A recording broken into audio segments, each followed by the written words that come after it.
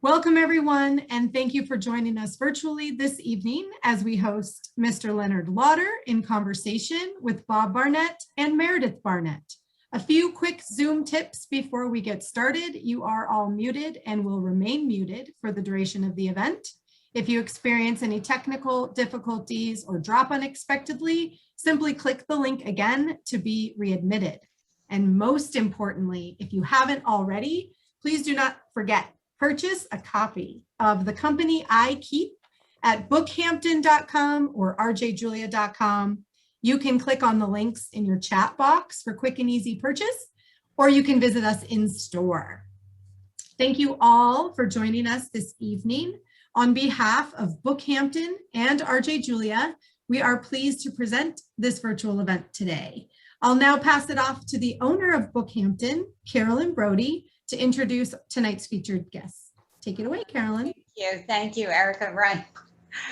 So welcome, everyone. This is an absolute honor and a treat and a pleasure for us to be able to welcome Leonard Lauder on camera and on stage virtually. This is, we're celebrating his much anticipated memoir, The Company I Keep, My Life in Beauty. And he is, as so many of you know, a legend. He is the chairman emeritus and former CEO of the Estée Lauder, companies. And he, in this book, he shares both business and life lessons that he's learned, as well as the adventures that he's had in over a 60-year career, transforming this company that was, when he helped his mother found it in the kitchen. That's another iconic story of her apartment, I guess, in New York, and really into the iconic global beauty company that it is today, really far-reaching. And it's a poignant and a heartfelt and really an endearing story. And it's both, we put it both in the business section and in the biography memoir section, because it really hits on a lot of, like all categories. My favorite thing is that I have a note here that says he is now known as the Estée Lauder Company's Chief Teaching Officer. So I hope that we'll get to that at some point. So welcome, Leonard. Again, we're delighted to have you. Thank you, Carolyn. Thank you. We're also delighted to welcome back, and it's really a personal delight of Bookhampton's and RJ Julia's to welcome back Bob Barnett, who is one of our dearest friends. He hosted the launch of our virtual events right in the beginning with Madeleine Albright. He's interviewed David Rubenstein with us and Admiral McCraven. So we are lucky to have him back with us today. He is also legendary. He's one of the premier authors, representatives in the world, with an amazing client list that ranges from Presidents Obama, Clinton, and Bush, to First Ladies Michelle Obama, Hillary Clinton, and Laura Bush, to James Patterson, the Prince of Wales, and so on and so forth. But as I always say, most importantly, he is a friend of ours and a loyal supporter, and his wonderful, beautiful family. We love them all. So welcome, Bob, again. Thank you. And, Meredith, speaking of family and beautiful, is a content strategist, writer, and brand expert who creates and cultivates brand narratives and positioning for individuals and organizations in fashion, beauty, real estate, interior design industry. So you can see the overlap with everything that Leonard writes and talks about in his book. She's worked with established brands like eBay, Tory Burch, Draper James, and the Laundress. So I am, and Meredith has been with us before when she interviewed Lisa Taddeo for her first book. So Meredith, it's a privilege and a really warm delight for us to welcome you again. So with that, thank you to everyone. And Bob, I'll turn it over to you to get started.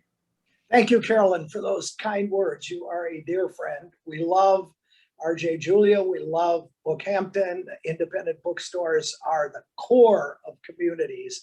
And I know Leonard feels the same way. We're so happy to be here with two wonderful independent bookstores. And I'm particularly proud, A, to have my daughter here with me, and B, to be a part of Leonard's team.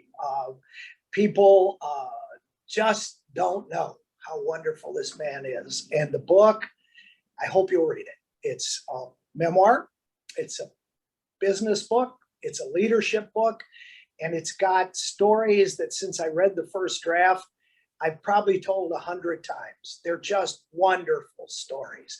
So Leonard, thank you for allowing me and Meredith to be part of today's activity. We appreciate it. Thank you, Bob, and thank you for the introduction. We'll start with some questions from me and then flip it over to Meredith for some that are, I think, of particular interest to her generation. Let me start by asking you this, Leonard. People have been after you to write a memoir for years. I've been after you. Why did you decide now to write this book? And what's the takeaway that you're hoping readers will have?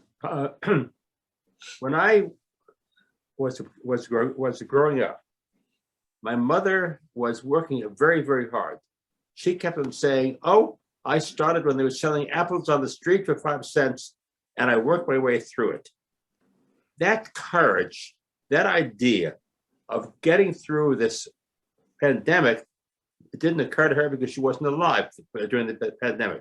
But we see so many things happening. What I wanted to do is tell everyone there is hope on the horizon. Hope, if you want to do it, you can do it. You can do anything you want. Now, in my little world, the cosmetic world, when I entered the company, the cost of entry was huge. Today, you can almost go into the business, don't tell anyone, for nothing, with a good idea. Now is the time. Now, I'm a storyteller by nature, and I love telling stories, and you can learn from stories. I may tell 1 or 2 along the way, but I want to tell you this. Tomorrow belongs to you, and you can do anything you want to do if you put your mind to it and think it through and do it. And I'm here to try to help you think it through. Read the book. There's stuff in the back about things you should know, and maybe it'll help you. That's great. Great message. Great message. The company, the story of the company is a big spine of the book and is fascinating. Tell us a little bit about, for those who haven't read the book, how did your mom start the company? And did you ever imagine when you were riding around on the bus at 9 years old collecting the receivables that it would become this worldwide amazing company that it is? Never, never, never. But I could tell you, but I had a dream when I got out of the Navy. But in any event, her uncle was an esthetician, and she used to buy his products and sell them to her friends. She loved making people beautiful. And I had a friend who was long since passed away, sadly, but was of her age, and he was a classmate of hers in Newtown High School in Queens. And he said she was always making up kids' faces and combing out their hair. She loved doing that. She did it her whole life until the day she died. Her work of art was not just the company. Her work of art were making people beautiful, and that's why she did it. And to this day, we still sing her praises because she remembered this. Every woman can be beautiful. Every woman is beautiful, and I believe that. So, everyone who is watching this, you are beautiful. And if it's a guy looking at it, tell your girlfriend, you are beautiful, darling. Have you ever told how often have you told your wife that you love her? Oh, she knows I love her. How often? Tell her every day, at every moment that it comes to your mind, and you'll get along even better. That's wonderful. That's wonderful. Thank you for that. You talk a lot in the book, and one of the really inspirational parts of the book is about personal relationships. And may I say, so many of Meredith's friends are here today, my sister, my niece, my wife. Personal relationships important to all of us. Today, though, Leonard, with the pandemic and having to even do this event in a virtual way, how do we maintain human connection? We maintain human connections any way we can. But the best way today, if you can't see them face to face, is speak on the phone or do it by Zoom or whatever it is. Talk to them. I was just on the phone this morning with the wife of a dear friend of mine who just passed away from Texas. And we had a long talk. And I told her how important he was to my life. If you make it a point to pick up the phone, maybe on the weekends, call 6 people. Hi, I just want to see how you're doing. You will love it. My wife, Judy, spends an inordinate amount of time making calls to make sure that everyone's okay. If you say to someone, I'm just checking to see if you're okay, they will appreciate it and love you for that. That's great. Thank you for that. The book talks a lot about growing up in the Depression. Many of the people on this call are young people who didn't experience that. But they may have parents, they may have grandparents who did. Tell us, Leonard, how did growing up in the Depression affect your way of building the business? Well, there are 2 or 3 ways. Number one, by the way, when I was a kid in 1st grade, I went to a public school, PS 87 in New York City, and we were told to bring 5 cents to school the first day, 5 cents. And with that 5 cents, everyone in the class opened up a savings bank book. I kept that book until I was in my mid-30s. And I used that money to meet a couple of payrolls that the company had. So you have to start off understanding that if you are born in the Depression, and if you think like a Depression baby, you are prudent with your money and you spent it in the right places. And what we were able to do was build this great company without ever having to borrow a penny for many years. For the first 30 or 40 years, we never borrowed any money because we were able to do this all ourselves. So anyone can do this. Don't go overboard. Start something and make it work, and it will work. I promise that. Money back guarantee. Give with purchase. One of my, I have a lot of favorite stories in this book, but one of my favorite stories is about how when you were in school, you had a film club that you ran, and you saw that the taste in film was shifting. So you started, unbeknownst to anybody, a competing film club. I'd love it if you would tell that story, and I'd love it if you would tell how that influenced basically going into competition with yourself in the beauty business. Well, the story behind the film club, the first one was called the Cinema Club. I sold a membership for $1, and for that you got to see 10 films. And it was hugely successful. So successful that every time we had a film, we had a full house with the membership, and I was always terrified that everyone would show up at one time and I had no seats for them. So I launched a competing one. And about that same time, Alfred Hitchcock did a movie called To Catch a Thief. And the phrase was, it takes a thief to catch a thief. And I said, you know, I'm competing with my own film club under a different name, but Estée Lauder was doing so well, I was afraid that someone would compete with us. I said, listen, wouldn't it be better if I created my own competition rather than let someone compete with me? And so the result was Estée Lauder begat Clinique. By the way, I'm quoting the Bible, the begat. Please don't ask me to do the whole thing though. But Estée Lauder begat the Clinique. And then Mac begat Bobby Brown. And this begat that. And so I created competition within the company. And we were our own competitor. And that made us sharper and better and I loved it. And I tried to calm down the sibling rivalry, but there was little of that. So if any of you have younger brothers and sisters, be careful.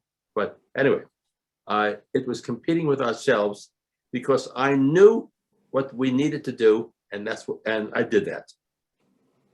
And it has been somewhat successful. And we congratulate you. Somewhat, perhaps, yes. Somewhat. My final question before I flip it over to Meredith. You talk a lot in the book about your experience in the Navy. Tell our friends who are with us today about what your career in the Navy was and how it taught you about business. The career in the Navy was a state. I thought, by the way, I was a hotshot.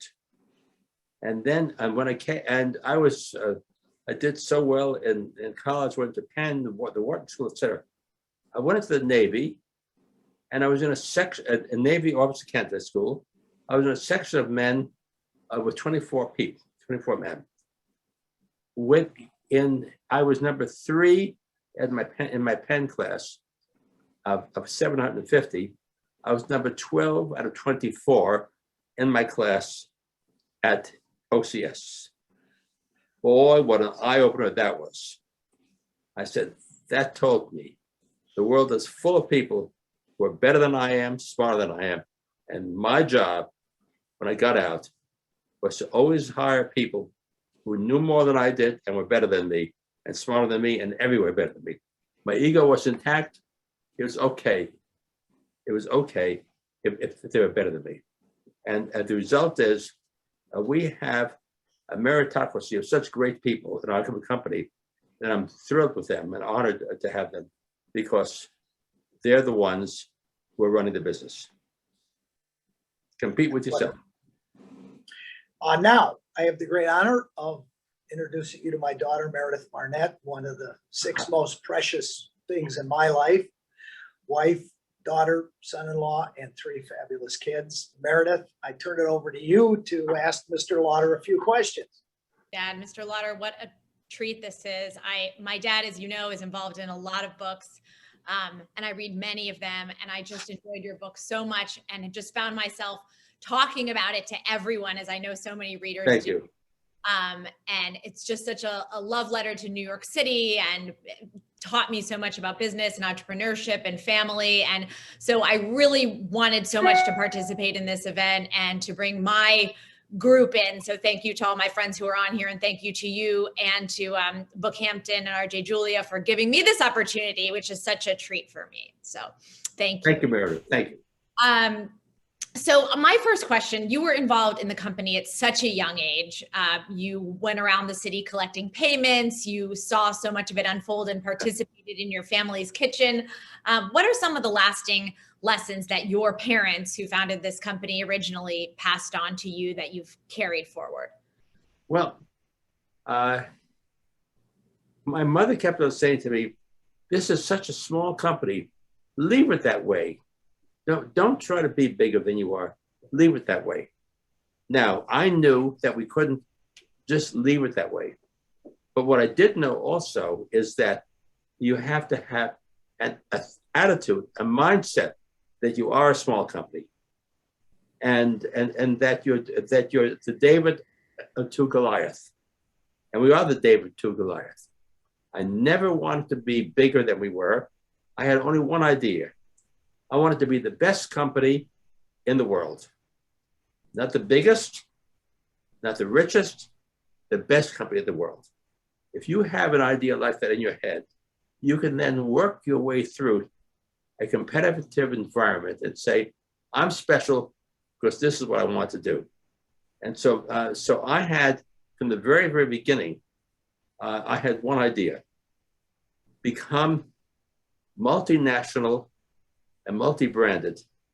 And my icon of multi-branded was General Motors. They went from Cadillac down to Chevrolet. Now today, General Motors is not so revered, but way back when, they were the best company in the nation, if not the world at the time. So just remember this. There's always someone who can be better than you can, who can be bigger than you can, but there's no one who can be like you, special in your own way, with your own following.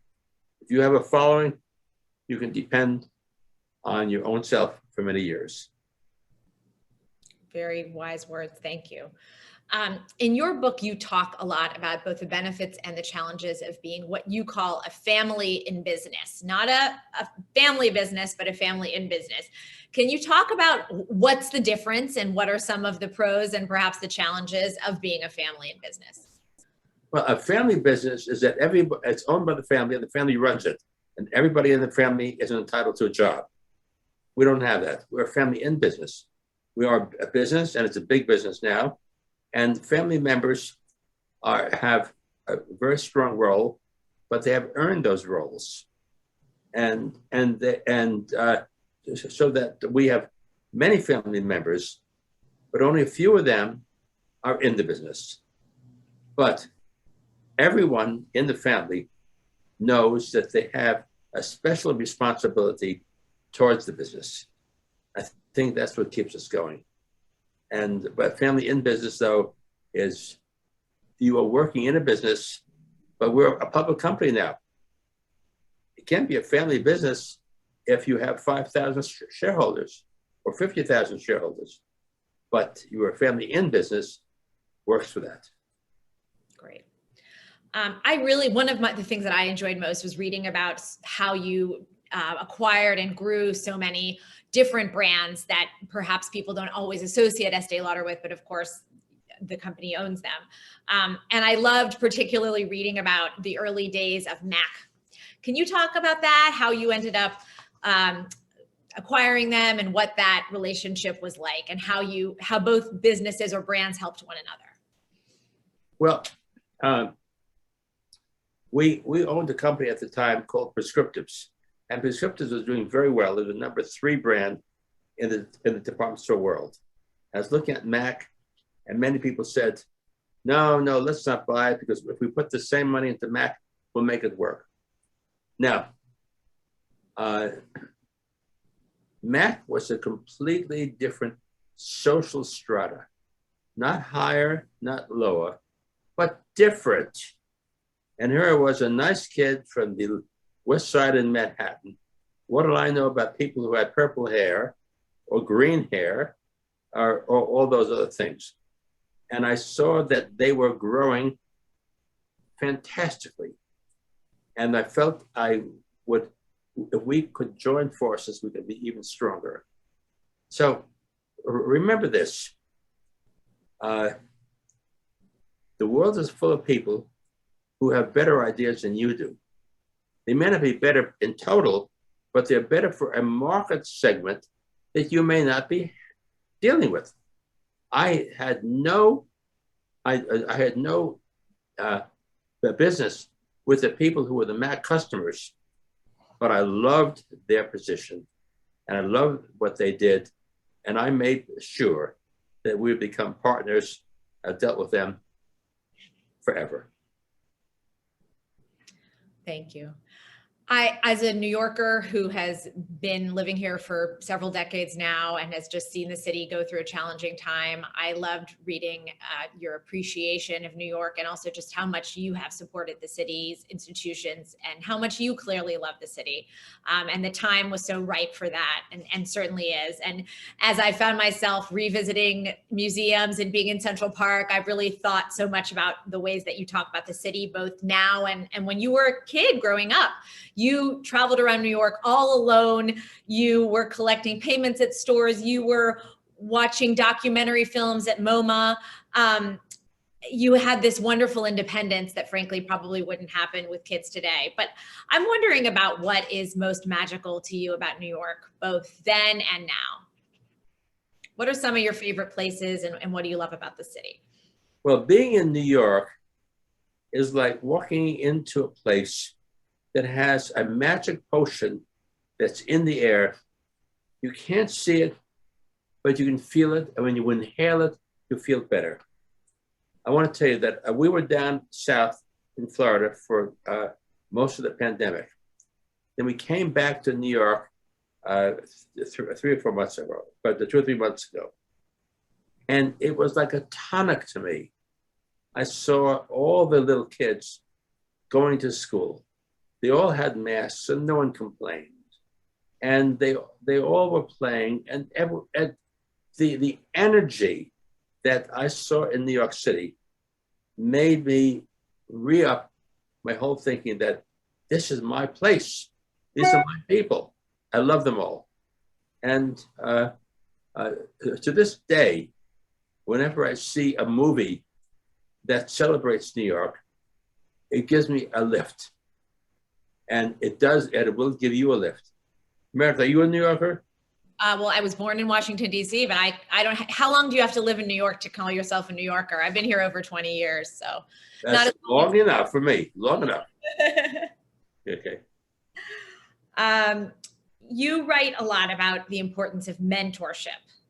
How do you define being a mentor, and what is your advice about finding a mentor and really making the most of that relationship? Because I feel like it's a word that people throw around a lot, and we don't often stop to think about what that means and how to make the most of it in our own careers and relationships. Well, you can't go and hire a mentor like you want to go and hire a piano teacher. It's not the same.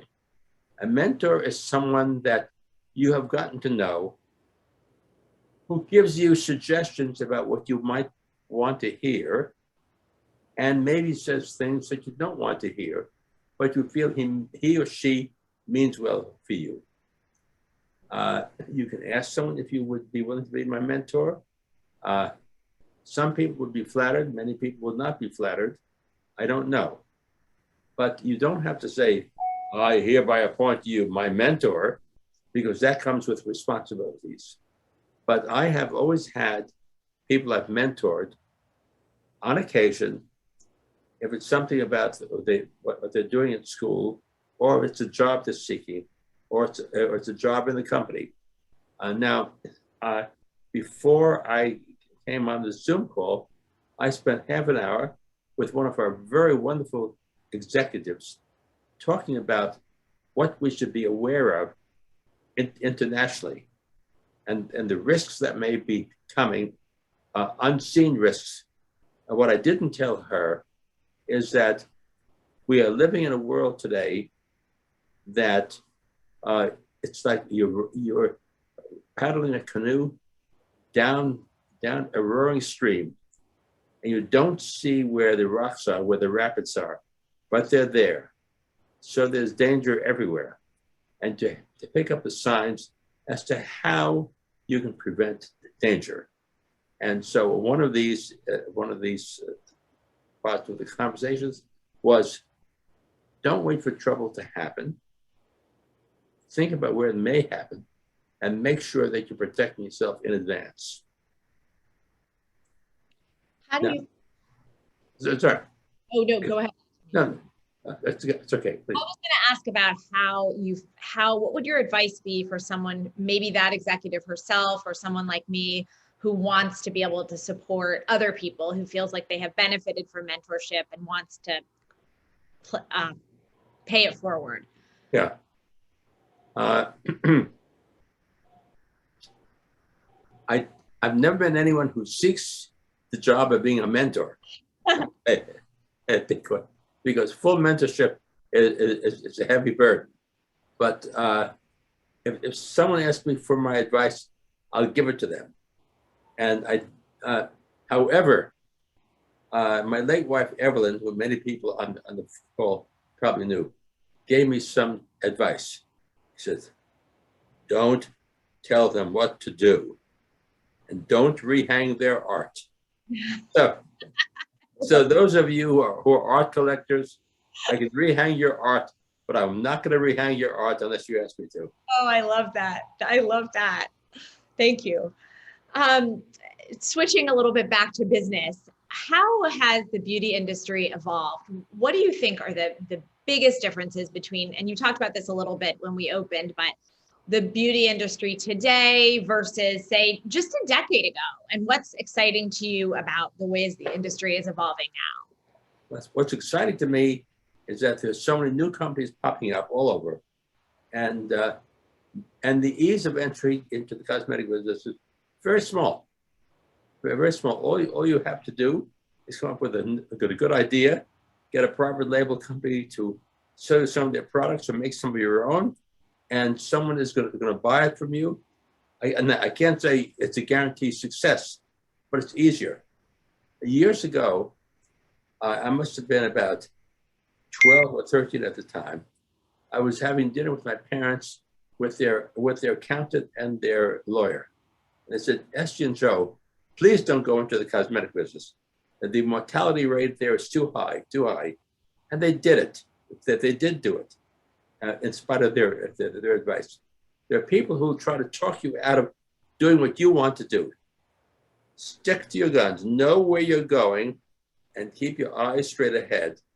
And it's easier to come up with a good idea than to wish you had taken advantage of that good idea, but spend your life lamenting that you didn't do it.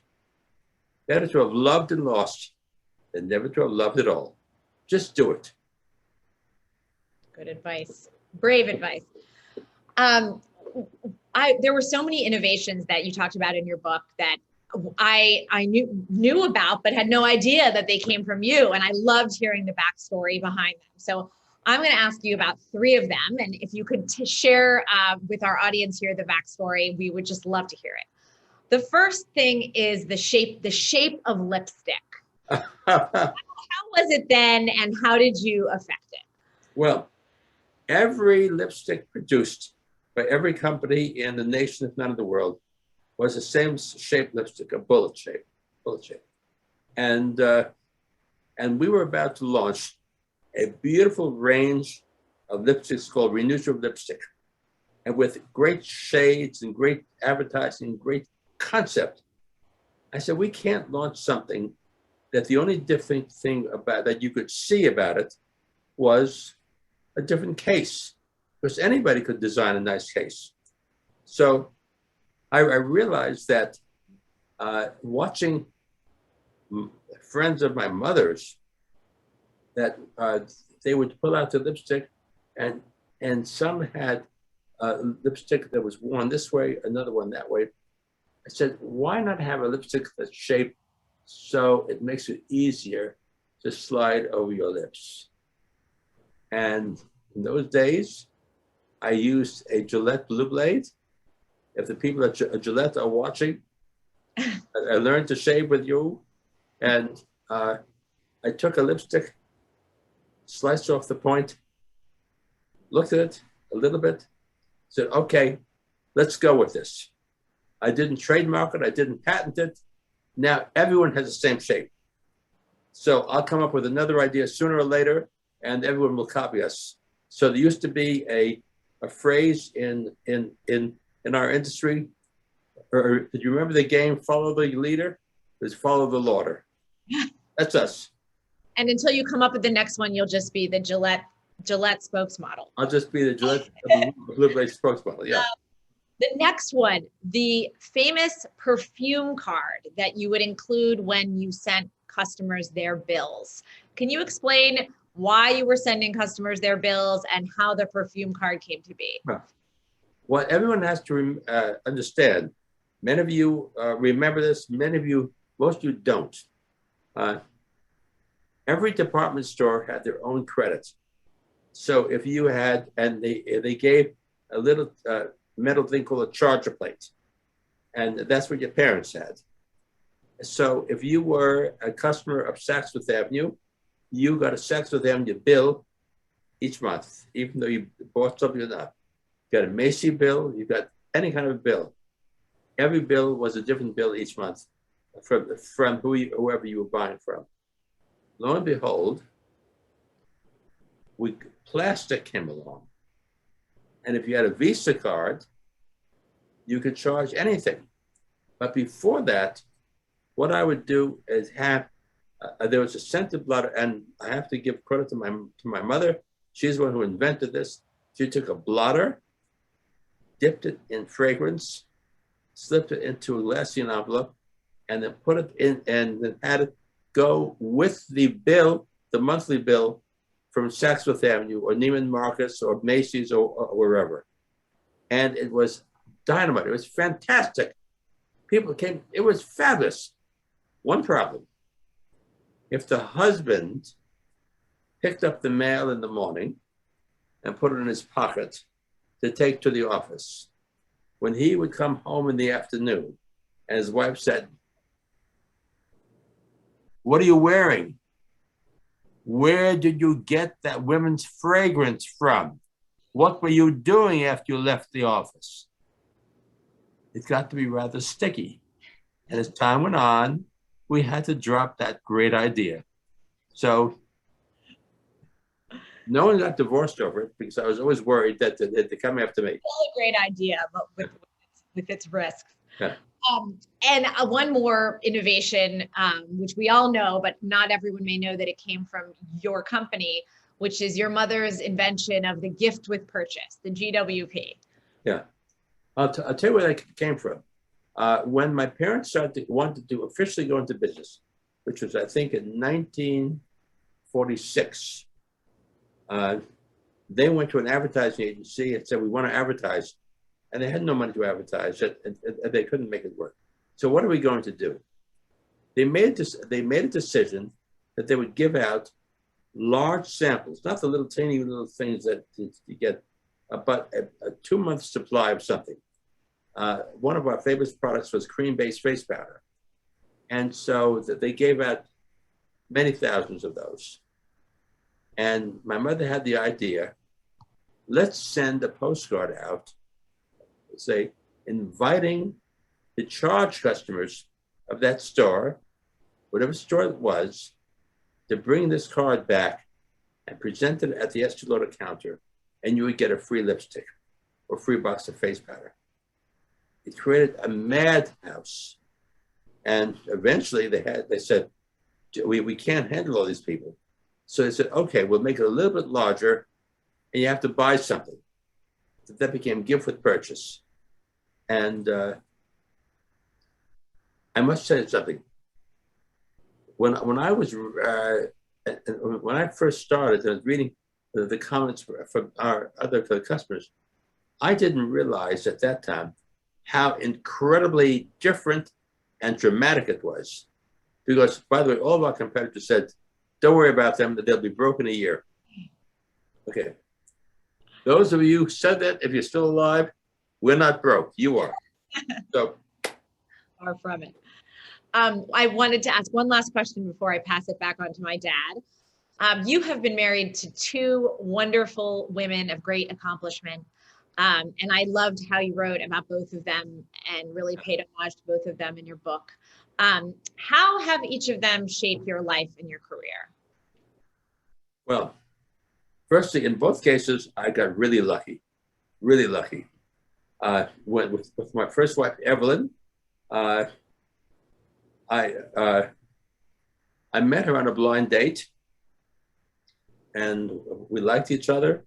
I invited her to be my date. My mother and father were giving me a birthday party at home. I invited her to be my date, and I arrived there, and it was in a room upstairs, and Evelyn went to every woman there and said, "How do you know Leonard?" "Oh, I date him." "How do you know Leonard?" "Oh, I date him." "How do you know Leonard?" "I date him." She said, "This is not a place for me." And she walked downstairs. Oh no. And there was my mother saying, "Where are you going, dear?" And she said, well, why she wanted to leave, "Oh, Leonard would be so disappointed. Come on, I'll walk you back in the room." My mother saved the day. Thank goodness for her. And Evan saved me so many times. And then with Judy, we were building a house in Aspen, Colorado. And in the summertime, I went to an opening at the Aspen Art Museum. I walked in, and there was this incredibly beautiful girl with blue eyes and wearing a white suit, a pantsuit. I said, "Oh, I'm a sucker for blue eyes." And I started to talk with her and flirt with her. And she said, "I want you to meet my husband." Okay. I met her husband, he and I became the best of friends. When he passed away, I gave a eulogy at his funeral, and lo and behold, Judy and I ended up being together. And it's one of the greatest pleasures in my life. Thank you. Both beautiful. I got lucky twice. You sure did, and so did they. And by the way, Louis Pasteur said, chance, which is luck, favors the prepared mind. If you're prepared to meet someone great and do something, you will meet someone great. Don't have all the reasons why you shouldn't date them, have all the reasons why you should. Thank you. Dad, I will kick it back to you. Bob, are you there? I am here. Erica, can you put me back on? Goodbye, Meredith. I miss you. Thank you, Meredith. Thank you, Meredith. And I want to just remind everybody before I go into a couple of final questions to go in the chat box, order the book. It is just a great book, and I'm sure you got a taste of it in the last few minutes. Leonard, one of the great joys, many great joys of working with you is you and I found that we have much in common. We both love open-faced turkey sandwiches with gravy and mashed potatoes. We both collect postcards. And for virtual book events, we both wear the same shirt. So we have much in common. Can you tell me how you began collecting and what collecting means to you and the power of imagery that you've taken from collecting? Well, I would go with my mother to Miami Beach between, say, 1938 or 30 or early 40s. And I went, she put me into private school there in Normandy Island in Miami. And it was, and then after a year or two, it became, they took in boarders. And all the kids collected picture postcards. And so I started to. And the picture postcards of Miami Beach hotels were fascinating. There was this hotel sitting all alone on the beach where they really weren't, alone on the beach with a beautiful, beautiful blue sky, a calm sea, and sand in front of there. And they were romantic. And then we started to swap. I'll give you a Shelbourne hotel, you give me a Roney Plaza. And that's how it worked. As time went on, my parents started to send me cards from wherever they were, and they were interesting. And then one day I went into a stamp dealer somewhere on, believe it or not, 42nd Street, and he had old picture postcards, and I was fascinated by them from the turn of the century. And as it grew and grew and grew to a point that I discovered that picture postcards were the birth of photojournalism. And I love photojournalism. And they had events, and I have a postcard. People didn't know what they were looking at. I have a picture of the assassination in Sarajevo in 1914 of the Crown Prince, which caused World War I. I've got the photograph of the Hindenburg balloon blowing up in Lake Worth, Lakehurst. The idea of holding in my hand an original photograph of something that happened 50, 60, 70, 100 years ago was so enticing to me that I kept on collecting and collecting. And then as time went on, during World War II, I collected World War II posters. And there I learned the art of the poster sent the message that you don't have to have too much copy. And we ran a whole series of ads in Clinique a number of years later, a number of years ago rather, we called the Silent Series.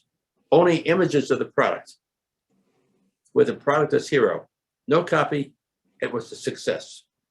So I learned from what I collected, and I enjoyed it.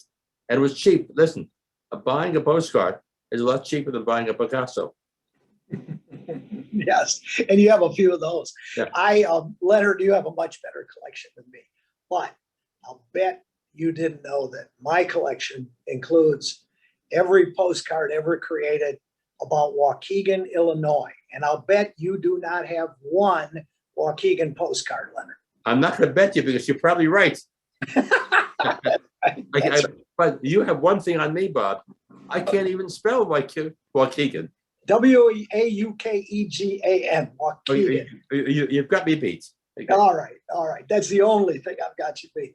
Over the past year and a half, sadly, we haven't been able to see art and museums the way we would like to. Hopefully that's changing. It's opening up and we'll be able to do that again, including the wonderful things you've given to museums.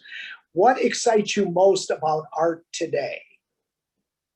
What excites me most is not necessarily the art that's being done, because in a sense, I don't understand some of it, but it excites me in that I see how the museums, with limited funds and limited opening hours, can present beautiful shows with a simple idea.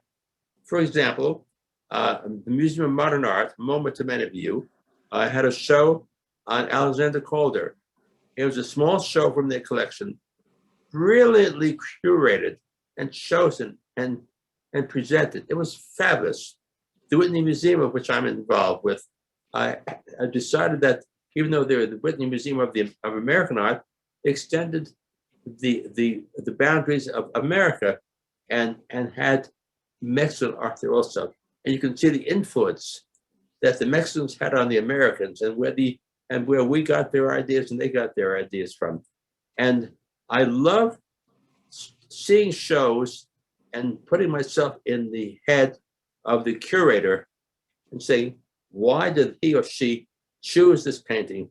And why did they pick that theme? And so I love the thesis. Wonderful. Let me close by thanking RJ Julia, Bookhampton, before one last question, for doing this, for being fabulous independent bookstores.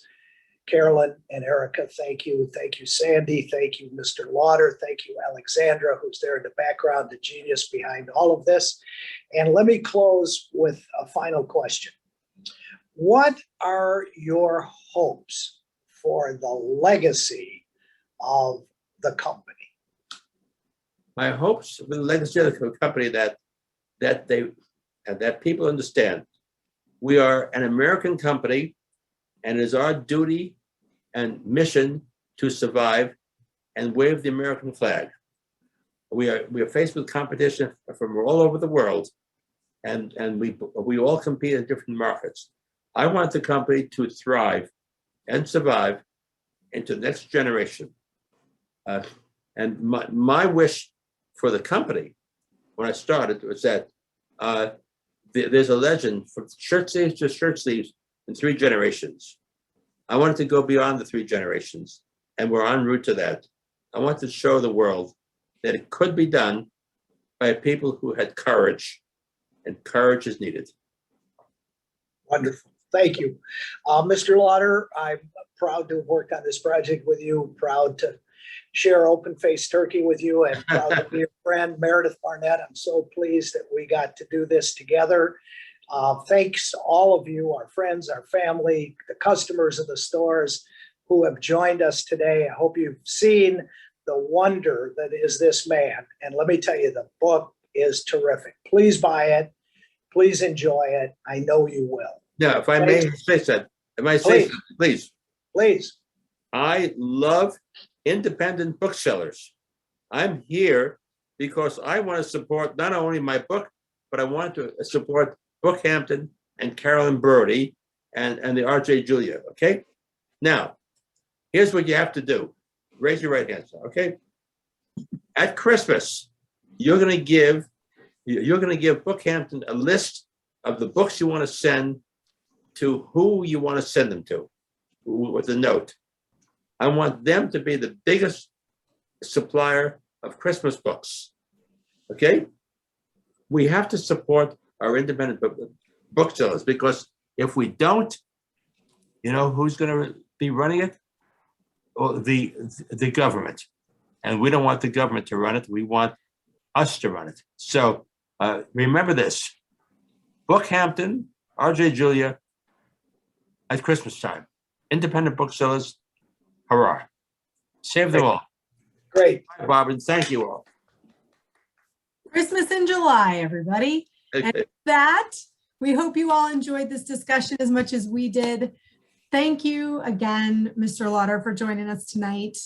Please do not forget to pick up those books at Bookhampton and R.J. Julia. Thank you, Bob and Meredith. Such a talented and kind family. We're proud to call you both friends. Thank you all for joining us tonight. Have a great evening and happy reading. Thank you. Thank you. And Thank Bob, you. thank you. Meredith, thank you. Thank you, Meredith, Leonard. You were terrific. Thank you. Ask your father for a raise. You got it. Bye. You got it.